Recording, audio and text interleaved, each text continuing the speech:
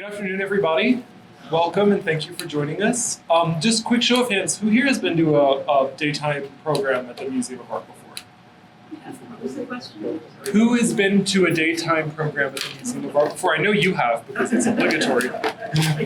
Okay, great. Well, I hope you all keep an eye out for more of these coming up. This is part of our People to People series. This is a program that we had going for a while before COVID. Let it sit for a bit for all the obvious reasons and are now bringing back on board. And the idea behind this is to invite artists, scholars, and community members into the galleries to have conversations about works that we have on display. And we have a few more of these planned coming up. Keep a lookout. Our next program is going to be for our glass exhibition, and it'll be a conversation between our assistant curator, Katie Doyle, and Erica Wanamaker, who's one of the artists in the show.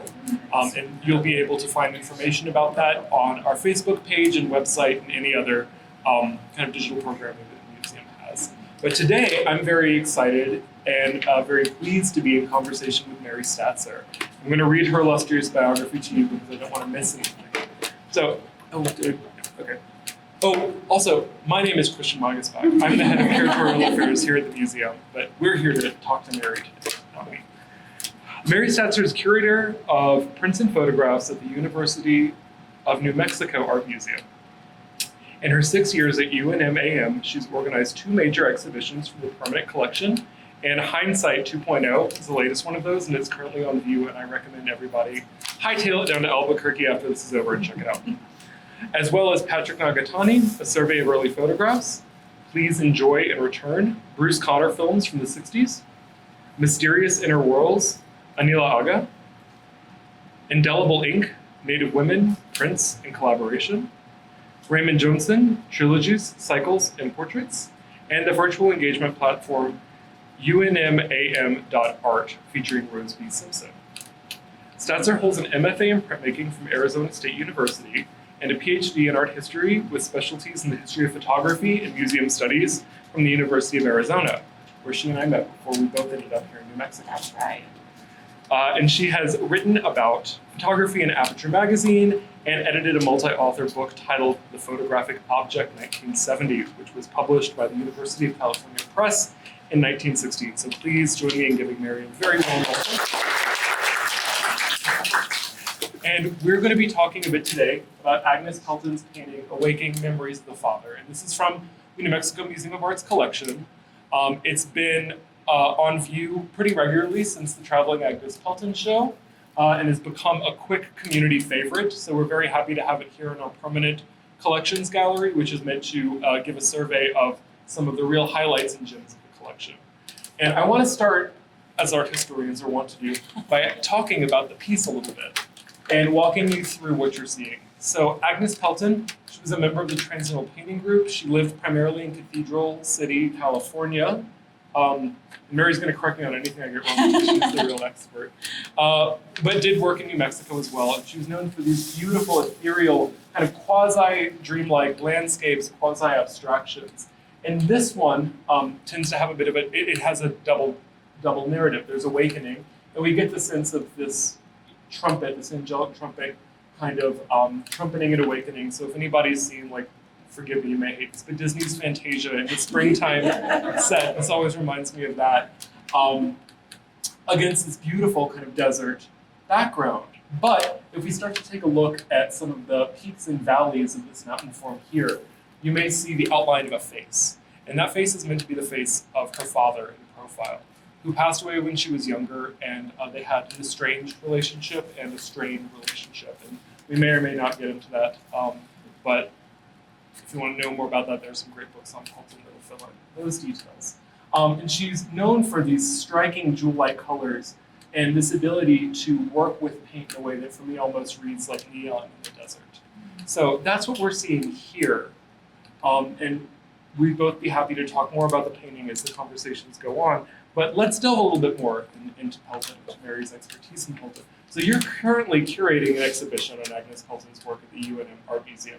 Can you talk a little bit about how that idea came to be and your interest in this artist? Sure.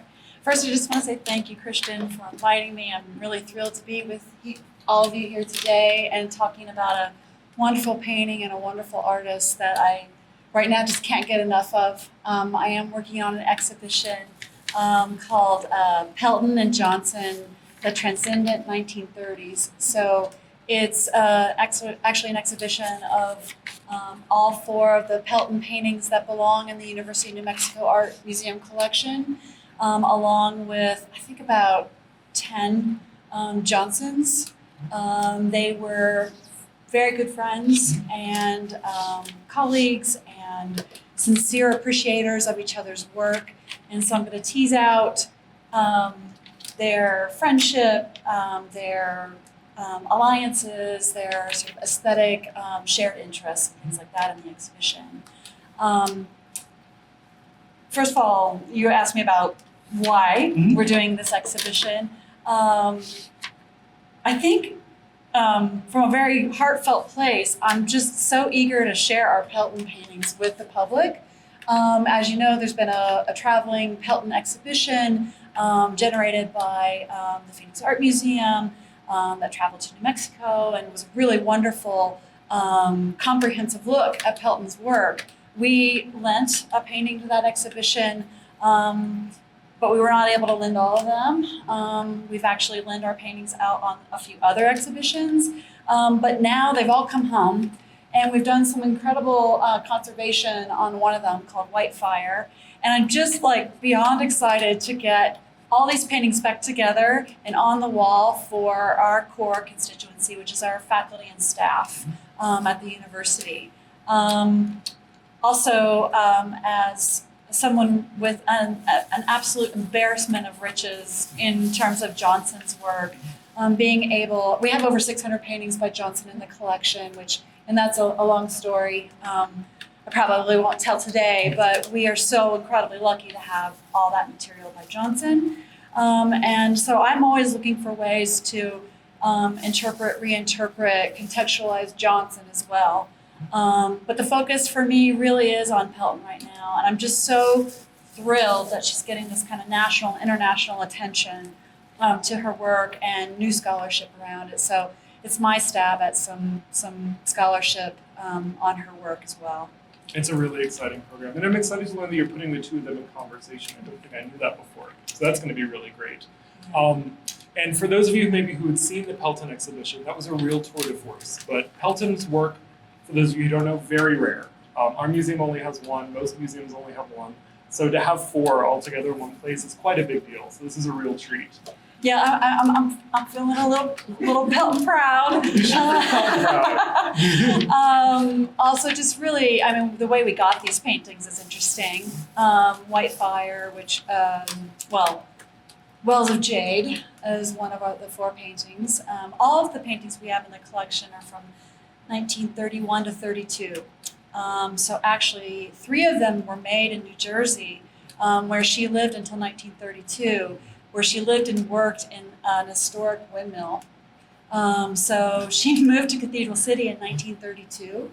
And so one of our paintings, Mount of Flame, was made in Cathedral City. So I feel like it's this kind of amazing, fertile, experimental time in her work. It also straddles this time from when she moves from the East Coast to the West Coast.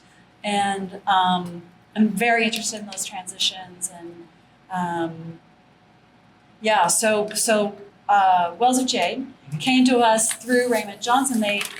Raymond Johnson organized an exhibition of his work with Agnes Pelton, 14 of Agnes Pelton's painting in this museum, along with Katie Wells. So it was a show of 3 artists, and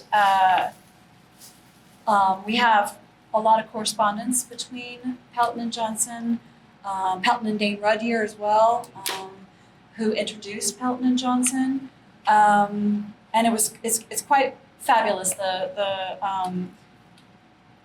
The sort of first reactions of Johnson to Pelton's work when it arrived here in New Mexico in Santa Fe are just gushing. You know, he's just found a kindred spirit and found someone he respects so much, and he initiates a trade. So Wells of Jade was a trade between Pelton and Johnson that eventually ended up with us.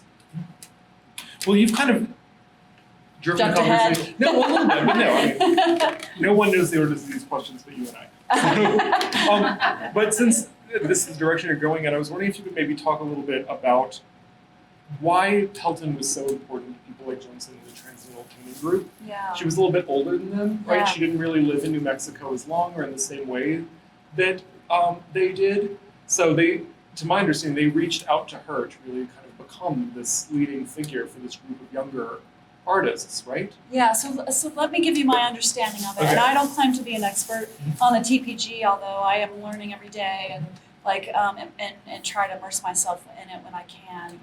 Nor am I an expert on Pelton, but same thing goes. So it's my understanding that Pelton never lived here in New Mexico. She was invited by Mabel Dodge Lujan to visit in the teens. And so she and Johnson actually came to New Mexico in the teens. They didn't know each other then, of course, but so she was in Taos visiting Mabel Dodge for a couple of months. She made a lot of portraits and landscapes, which the very first time she exhibited in New Mexico was in this museum, those works.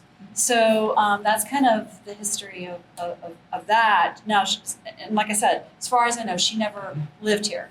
Well, a couple months with Mabel Dodge is a lifetime with them. That is totally fair, and I love your interpretation. I'm gonna use that next time. She was included. Walt Kuhn included her in the Armory Show of 1913. Raymond Johnson was a student in Chicago and saw the Armory Show when it came to Chicago, and so he would have seen Pelton's earlier work, her more simplest work, prior to her sort of, really delving into abstractions. He would have seen her work as early as 1913. She was 8 to 10 years older than him.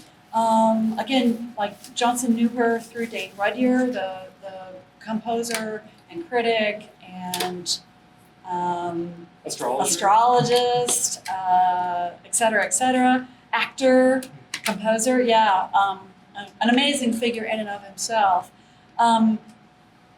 He introduced Johnson and Pelton. And so I have to think that, Pelton was on Johnson's radar to become part of the Transcendental Painting Group. And he, along with Emil Bistrom, of course, founded that group. She was invited to be like honorary chair, I think, but from Cathedral City. She never came to New Mexico during the TPG era. By the way, Johnson and Pelton only met in person once. Really? I didn't realize that. Yeah, in 1935, Vera Johnson and Raymond Johnson went to Cathedral City to see Agnes.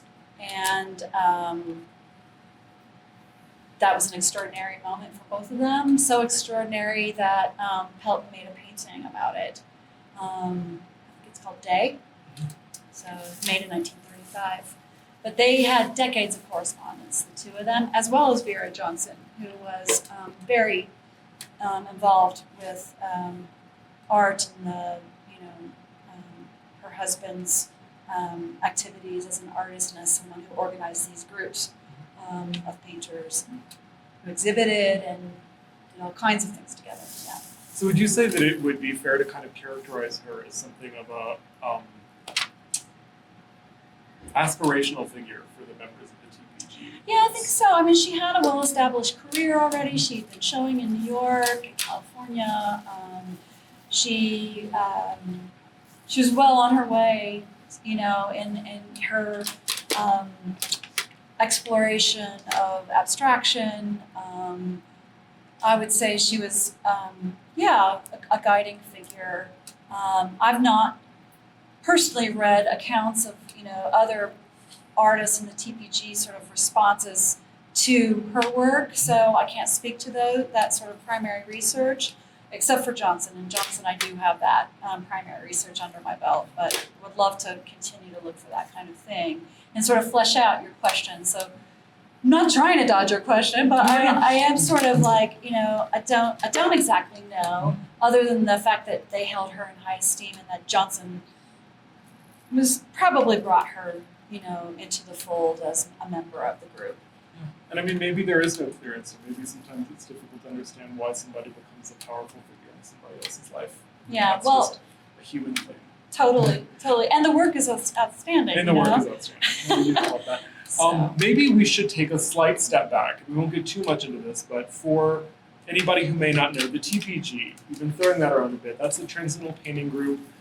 They were a group of artists who were founded in Taos, New Mexico, and their goal was to explore avenues of non-objective art that transcended the physical world. And they had an incredibly profound impact on the art history of New Mexico, bringing abstract art, bringing non-objective art here.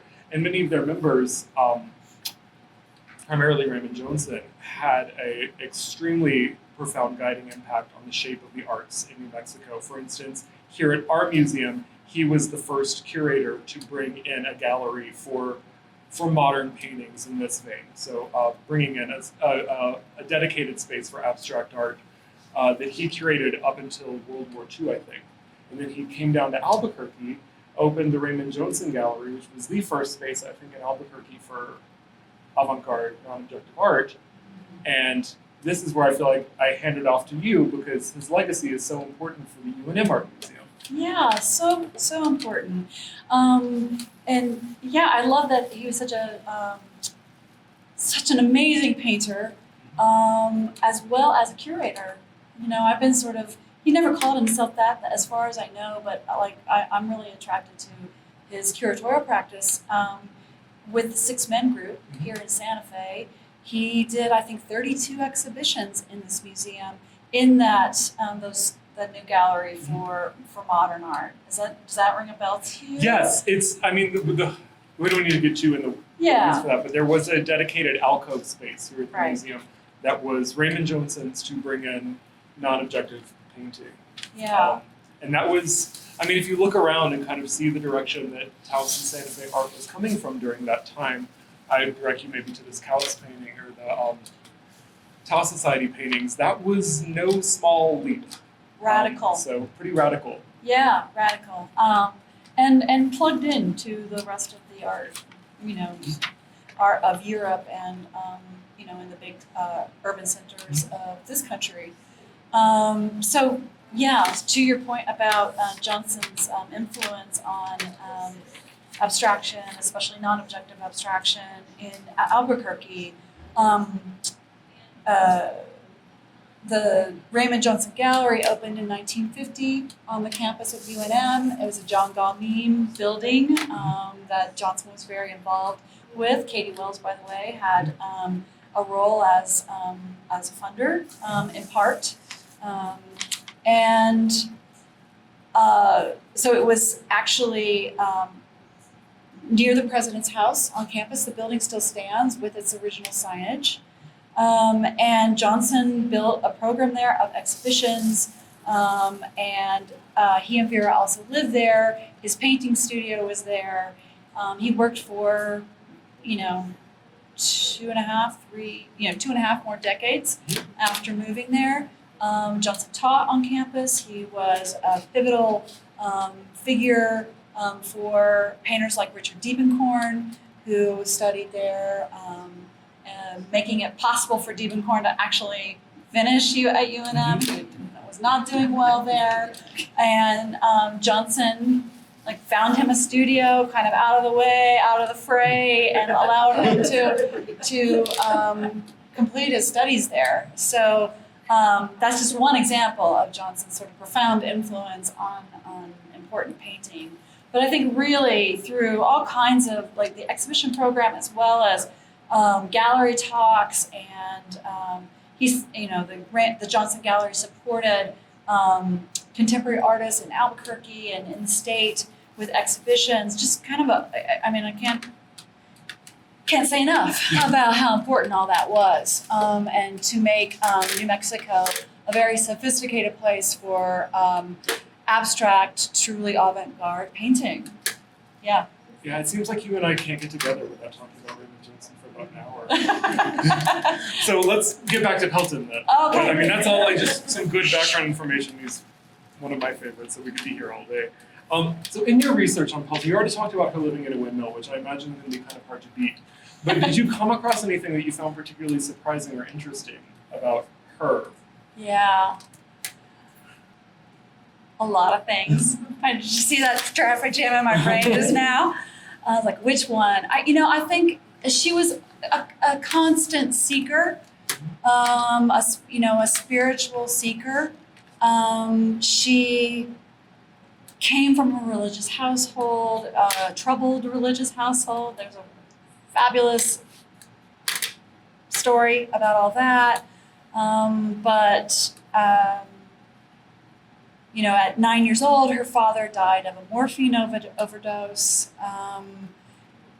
She sort of self-reported as a pretty very angsty teenager.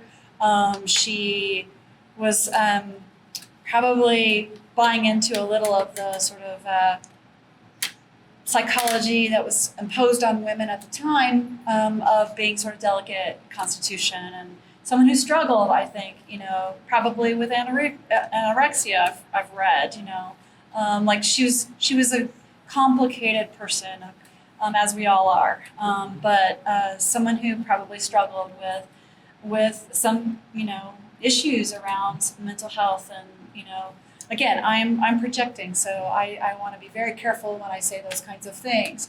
I'm very interested in the way she sort of sought out alternatives to religion, theosophy being one. What's that called? I want to say New Direction, which was a sort of metaphysical group of ideas where God was like envisioned as a woman. There are like a lot of women sort of involved in these like I don't want to say fringe, but sort of outside the sort of mainstream metaphysical and like spiritual thought movements in the United States. I think I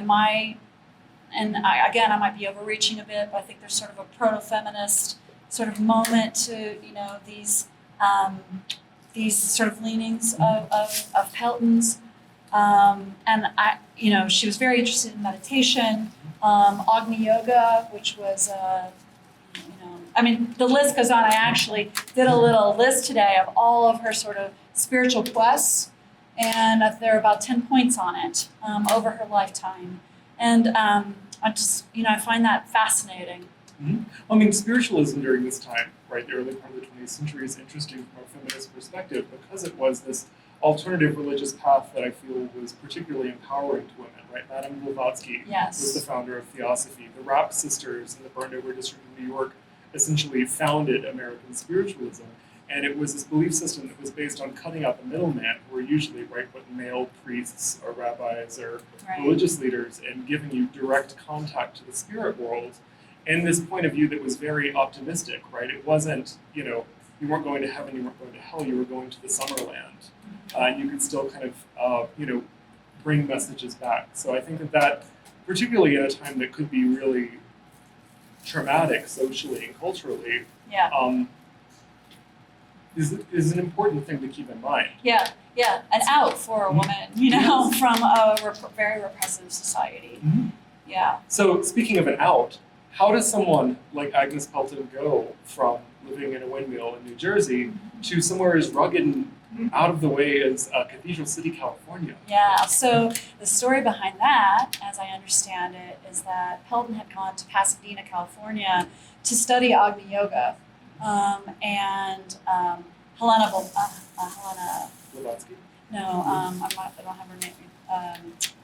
Nicholas Roerich's wife. Oh. I'm losing her name, but anyway, another woman in this kind of spiritualist movement. Anyway, Agni Yoga was something that she went to study in California. I think she took a trip to Palm Springs, probably a day trip or something to Palm Springs. Then went back to New Jersey. Things kind of fell apart there. The windmill sold. She had to move out.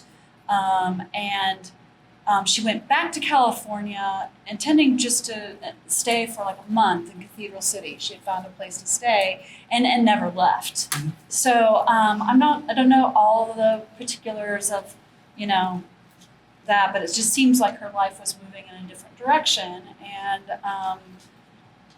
sort of that 10-year period of living in the windmill that actually followed her mother's death kind of wrapped up, and she started a new life at 50 years old out in the desert. And having had that one experience, I think, which was a powerful one, at Naval Dodges. Mm-hmm. Yeah. She loved the desert. She loved the warmth and the solitude of the desert. I think the literal warmth of the desert sort of was soothing to her, kind of emotional states and her body. Then she's there through the Depression, which were some really tough and isolating years where she really had to scrape by. But that's a little bit around surrounding her sort of move to Cathedral City. Yeah. It's fascinating. It's really a story of a survivor and somebody who is opening a new door with every chapter of their life. And I think that it's interesting that, I mean, not here, but in so much of her work, you see that motif of the door. Yeah. The door in the desert. So I don't know, I think about that. But if we want to talk about style a bit, Yeah.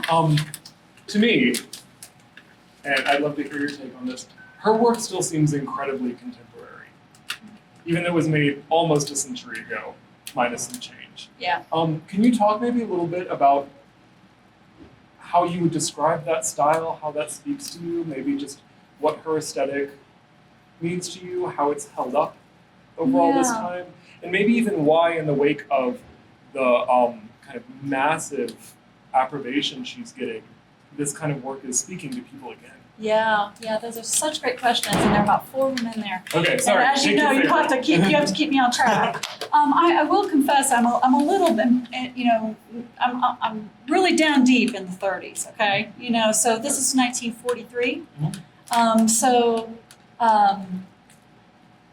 I stylistically, I'm pretty dialed into the a little bit different moment of her style. Mm-hmm. So I'm just gonna put that out there. I think my impressions of her style and why it sort of holds up are more just sort of like personal feelings about it, having seen the big traveling show. First of all, they're incredibly well painted, right? There's this glazing technique that's just kind of astounding that creates that sort of neon in the desert effect that you talked about, which her sort of depiction of light, both sort of in the physical realm, but really talking about the spiritual realm or something symbolic, is kind of specific and also very general and imagined. She's not sort of confined by looking out at the world and sort of depicting it as it is. There might be just as readily a purple glow in one of her paintings as sort of a golden glow or something like that. So I think there's an incredible amount of latitude she gives herself to invent. I think there's often this kind of form that can feel like a presence. Our painting, The Voice, has a similar figure ground or figure in the landscape kind of feeling. And again, I tend to see those as more symbolic than an actual thing. But the stars are something that appear over and over in her work, in earlier work as well as kind of throughout. That's very much tied to Theosophy's sort of visual culture of Theosophy, and she was guided a lot by sort of color symbolism that came out of those movements.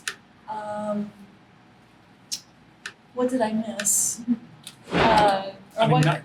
You missed nothing. We could dive into these forever. So I was just interested in what your particular take was. So thank you. Yeah, sure. Is there anything you'd like to add? I've been asking you all these questions. Is there anything you'd like to say about Pelton's work? Well, I think it's sort of again building on this idea of her spiritual quest. She was devoted to painting, and painting was a devotional activity for her. The painting about her mother was actually, from what I understand, she would sort of ask it questions. She sort of sought, she treated her own work sort of as icons, and looked for guidance within her own work, both sort of aesthetically and sort of about her life and sort of her as a sort of, spiritual being. I'm very curious about this being about her father. Again, much more troubled relationship than to her mother. But your invitation today, which was so thoughtful, and I'm so thrilled to have it, was to be able to think about a painting about her mother and a painting about her father. I think there are open questions there that I would love if you have any thoughts about that. Maybe.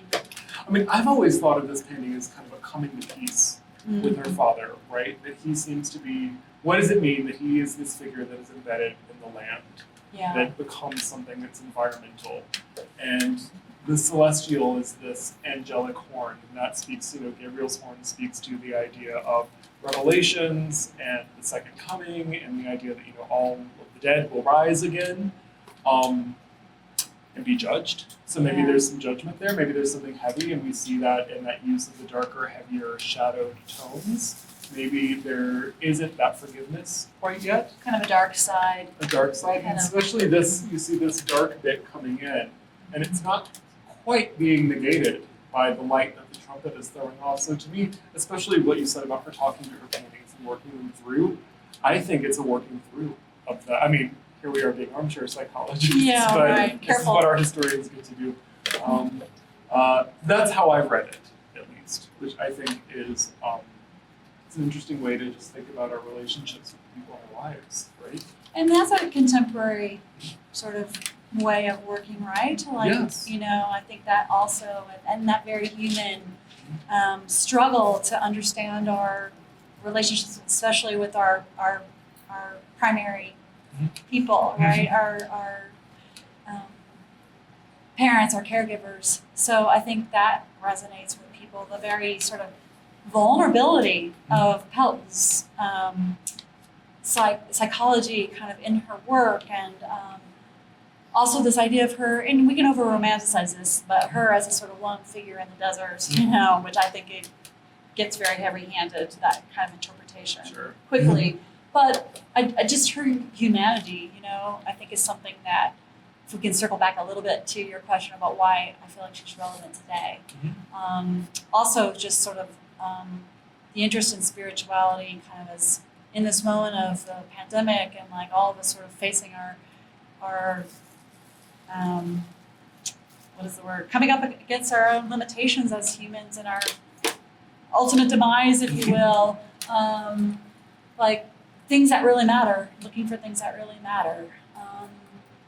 Also, I think there's been this kind of momentum for like painters like Hilma af Klint, and maybe looking for the next Hilma af Klint, So I don't know if that's fair to Agnes Pelton or not, but I think anything that gets her sort of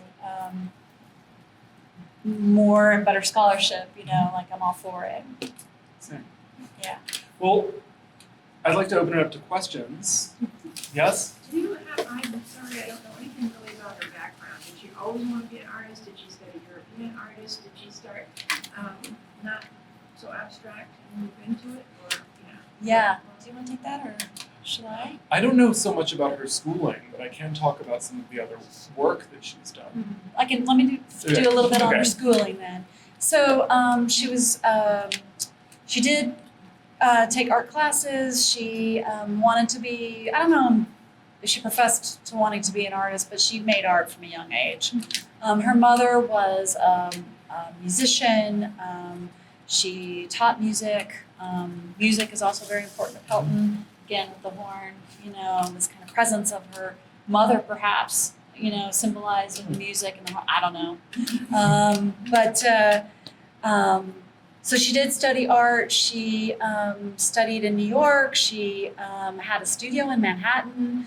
She was kind of on the path to be an artist at a very early age.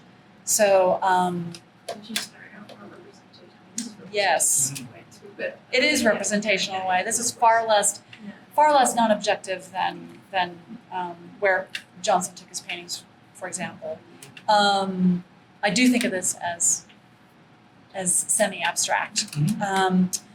But yes, she started out as someone who did a lot of portraiture, a lot of figures and landscape, very much sort of a symbolist kind of approach and interest.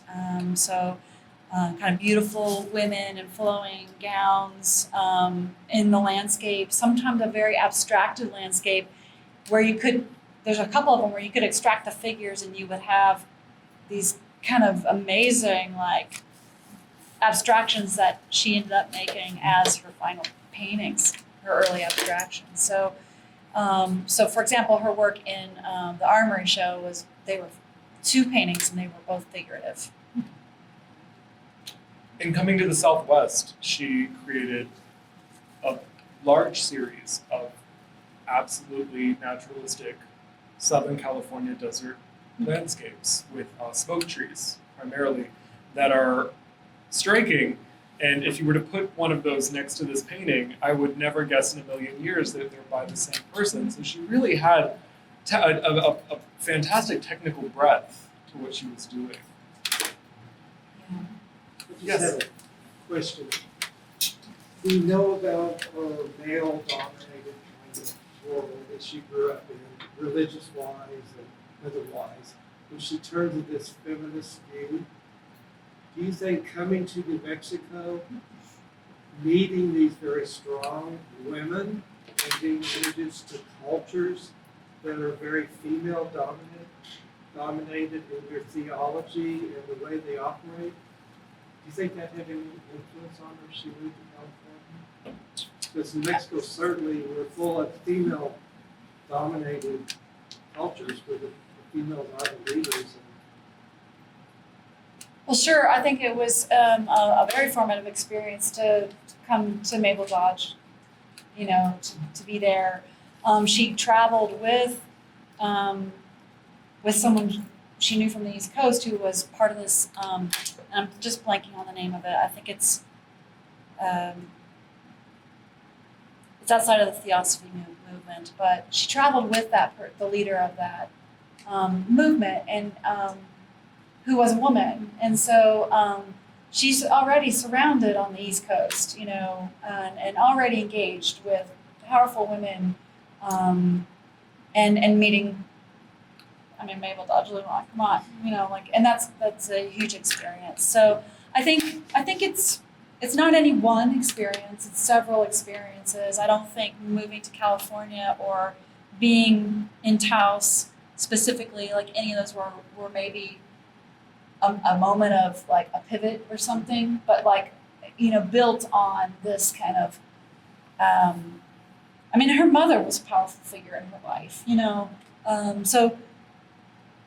I definitely think there's an influence. I don't think there's one thing it turns on, if that makes sense. Yeah.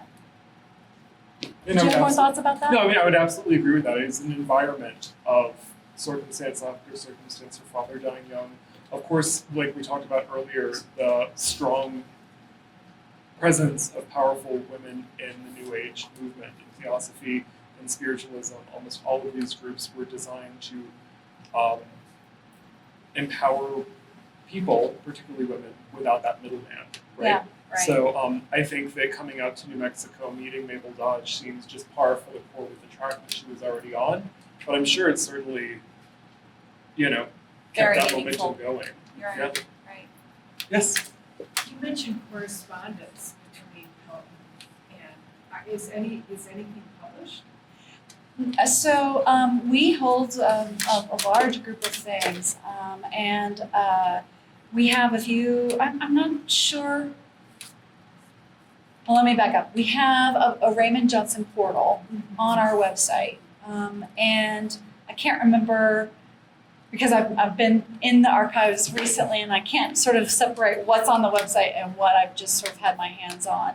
I'm going to put some of their correspondence on display in my exhibition. I'm a curator who likes archives, and I'm thrilled to be able to do that. There's also great correspondence correspondence between her and Dane Rudyard, who did her chart, her birth chart. And so I'm going to put at least a couple pages of her chart on view. And then there was an incredibly long letter where Rudyard and Pelton, she tried to fill in details of her life to sort of sharpen the chart, I guess you would say. I don't know that much about that. But yes, we are trying to make those archival materials more available to scholars. And it's a challenge because we're not an archive, but that's part of my motivation too for doing this exhibition and putting them on view, is to hopefully attract some attention from scholars who can dig into it. Anybody else?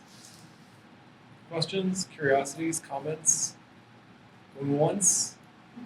Oh, yes. Anything else in this room that you would see might have been influenced by Agnes Pelton? I would say a lot of what's over there. You've got work by Katie Wells, which is the piece that's the third away from you on that wall.